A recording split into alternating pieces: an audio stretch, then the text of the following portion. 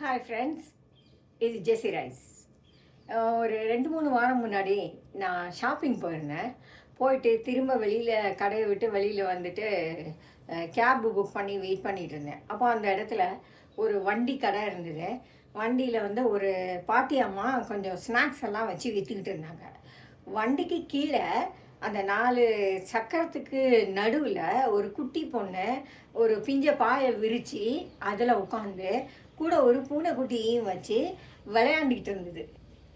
அது பார்க்க வந்து ரொம்ப டிஃப்ரெண்ட்டாகவும் ரொம்ப அழகாகவும் இருந்தது. நான் மெதுவாக போய் அந்த பாட்டி அம்மாட்ட கேட்டேன், அந்த பிள்ளை யார் அப்படின்னு. அவள் என்னோடய பேத்தி. அம்மா அப்பா 2 பேரும் வேலைக்கு போயிட்டாங்க. இன்றைக்கி அவளுக்கு ஸ்கூல் கிடையாது, ஆகையினால இங்கே இருக்கா அப்படின்னு. என்ன கிளாஸ் படிக்கிறான்னா ப்ரீகேஜி மாதிரி ஏதோ சொன்னாங்க. ரொம்ப குட்டி பொண்ணு.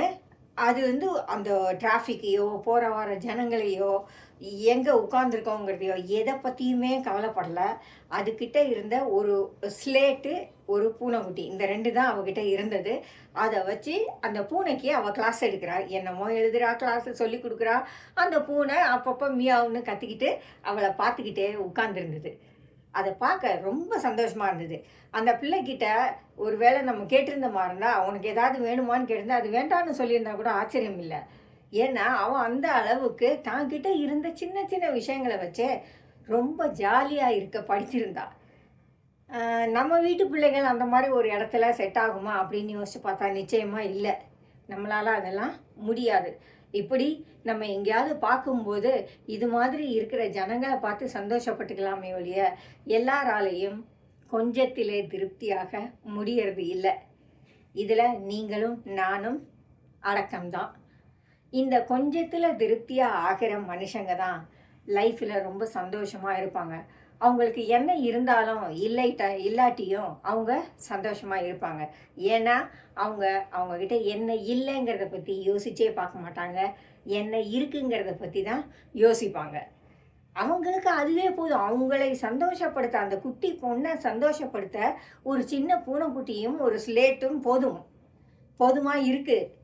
ஆனால் எல்லாருக்கும் அது போதுமா இருக்காது இல்லையா? நான் கடைசியாக கிளம்பி வரும்போது என்கிட்ட இருந்த ஒரு சாக்லேட்டை அந்த பிள்ளைகிட்ட எடுத்து கொடுத்தேன். அந்த பிள்ளை அந்த சாக்லேட்டை வாங்கி பார்த்துட்டு கையை வெளியில் விட்டு அவங்க ஆச்சிக்கிட்ட கொடுத்துட்டா, பாட்டிக்கிட்ட கொடுத்துட்டா. ஏன்னு கேட்டேன். அது நான் அப்புறமா சாப்பிட்டுக்கிறேன், இப்போ நான் விளையாடணும் அப்படின்னு அவன் சொல்லிட்டான். சாதாரணமாக பிள்ளைகளுக்கு அட்ராக்ஷன் சாக்லேட்னா அவள் அதை கூட மைண்ட் பண்ணலைங்கிறத நான் கவனித்தேன். நம்ம லைஃப்பை எப்போவுமே நம்மக்கிட்ட நிறைய ஆசீர்வாதங்கள் இருக்கும். ஆண்டவர் நமக்கு நிறைய கொடுத்துருப்பார். ஆனால் அதில் நாம் எப்போதுமே நிறைவாகிறது இல்லை. எதெல்லாம் நம்மக்கிட்ட இல்லையோ அதையெல்லாம் பார்த்து தான் நம்ம யோசிப்போம். ஐயோ இது இல்லையே, இந்த வருஷத்துக்குள்ளே இதை வாங்கிடணும், அது இல்லையே அந்த வருஷத்துக்குள்ளே நம்ம அதையும் வாங்கிடணும், அவங்ககிட்ட அது இருக்குது கண்டிப்பாக நம்மளும் வாங்கிடணும். இப்படி தான் நம்மளுடைய லைஃப் ஓடுதே ஒழிய என்ன இருக்குது அதை வச்சு ஜாலியாக எப்படி இருக்கலாம், சந்தோஷமாக எப்படி இருக்கலாம், ஒரு வாழ்க்கையை ஓட்டுறதுக்கு இது மட்டும் காணாதா, இதை வச்சு நம்ம சந்தோஷமாக இருக்க முடியாதா, இப்படியெல்லாம் நம்ம யோசிக்கிறது இல்லை இல்லையா?